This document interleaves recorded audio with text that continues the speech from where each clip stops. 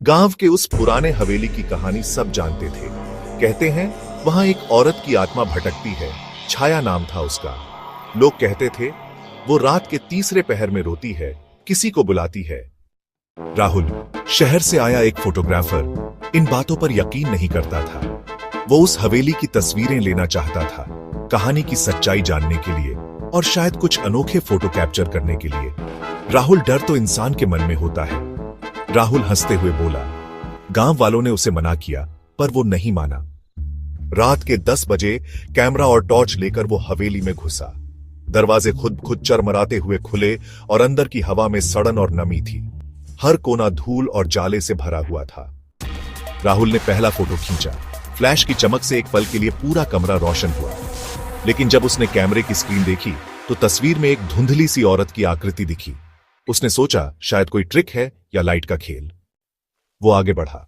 हवेली के बीचों बीच एक पुराना आईना लगा था, धुंधला और टूटा हुआ।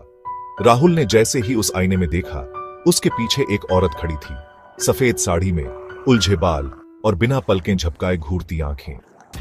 राहुल पलटा, मगर वहां कोई नहीं था। वो घबरा गया। टॉर्च कांपने लगी उसके हाथ में। अचानक हवेली का दरवाजा जोर से बंद हो गया।